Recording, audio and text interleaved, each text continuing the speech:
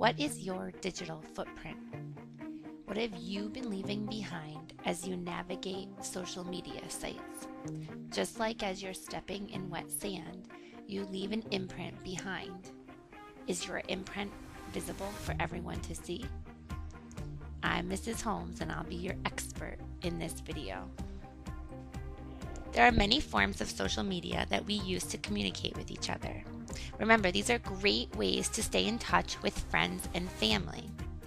However, if our privacy settings are not set appropriately, strangers and people who we don't want knowing our business have access to all of our personal information. How can you find out what your digital footprint is? Use Google, Yahoo, or Bing to search your own name. If I search just Jamie Holmes, I'm lucky enough that a famous soccer player's name comes up for most of the websites. However, if I specify Jamie Holmes, Troy, New York, the top 2 results are links with my email and links to my Twitter account. The Twitter account is visible in Google because I do not have it set as private. The information becomes even more available when I do a Google search for Jamie Gilham. Most of my work in previous schools and previous years has been done under that name.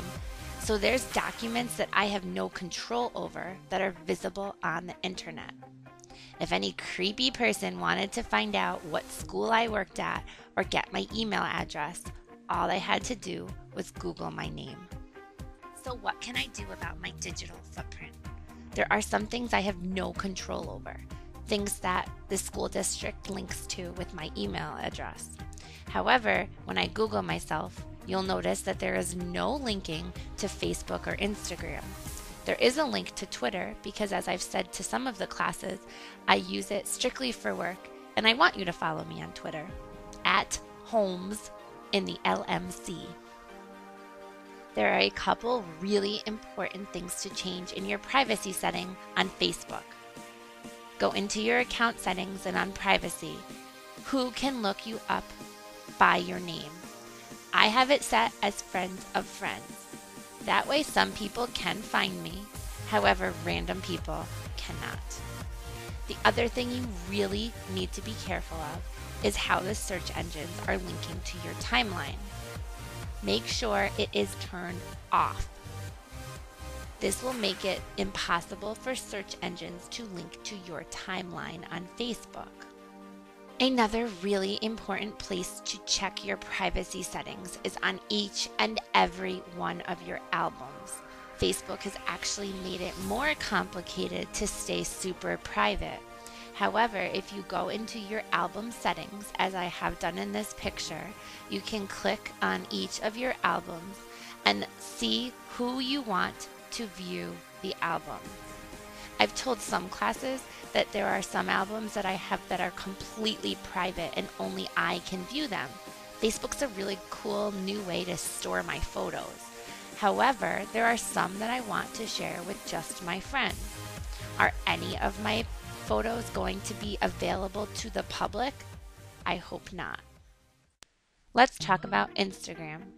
You all know that I have one. I love taking pictures of me and my dog Charlie and posting them with the cool effects. I don't have very many followers, and as you'll see on one of the next screens, my profile is private. However, my name is not displayed. Don't ever use your first and last name when you sign up for social media sites. Also, when you're choosing a screen name or a username, choose wisely. Again, do not put your first and last name here. Here is my Instagram profile page.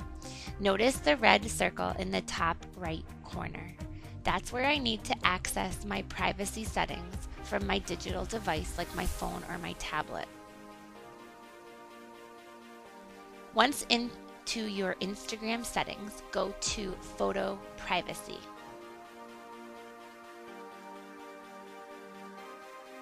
Please make sure that you click this box to make your photos private.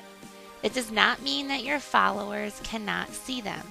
It only means that when somebody searches for you or clicks on your profile, you have to accept them as a follower before they can see your pictures. Yes, be careful with what friends you let see all of your pictures, but this is the easiest way to stay private. The last form of social media we are going to talk about is Twitter. As you are aware, I do have a public Twitter page. However, when I signed up, I did not use my whole name. I am very careful about what I post and who I follow on Twitter. It is strictly for work use, so I am posting cool library and technology links and information. The only thing I do have is my tweet privacy. Again, just like Instagram, once somebody becomes my follower, they can see all of my tweets. However, I need to give people permission to follow me first. This is a great way to make sure that they're not random strangers looking in onto all of your business. One more thing that I'm noticing is that YouTube is now connected to Google and Google+. It is very complicated to stay super private when using YouTube and Google+. However, there is a way that you can at least keep your comments and some of your subscriptions private so other people cannot see what videos you are liking and watching. Check that out if you are a frequent YouTube user. Do you know the consequence of your digital footprint? What comes up when you Google or search your name on a search engine? It may not seem like a big deal in 5th and 6th grade, but in 5 or 6 years, when you're applying for colleges or looking for a job, and they search for your name, what will they find? What are you going to do differently now, today, when you go home from school? Will you change your privacy settings? You can still communicate and interact on social media sites without having a public profile. We reviewed only a few of the many social media sites that you all use. Check these settings on each of these sites to make sure. And think about what you are posting before you post it. Do you really want everyone to see that picture or read that comment? Think about it. Be a good digital citizen and use social media sites the respectful and responsible way.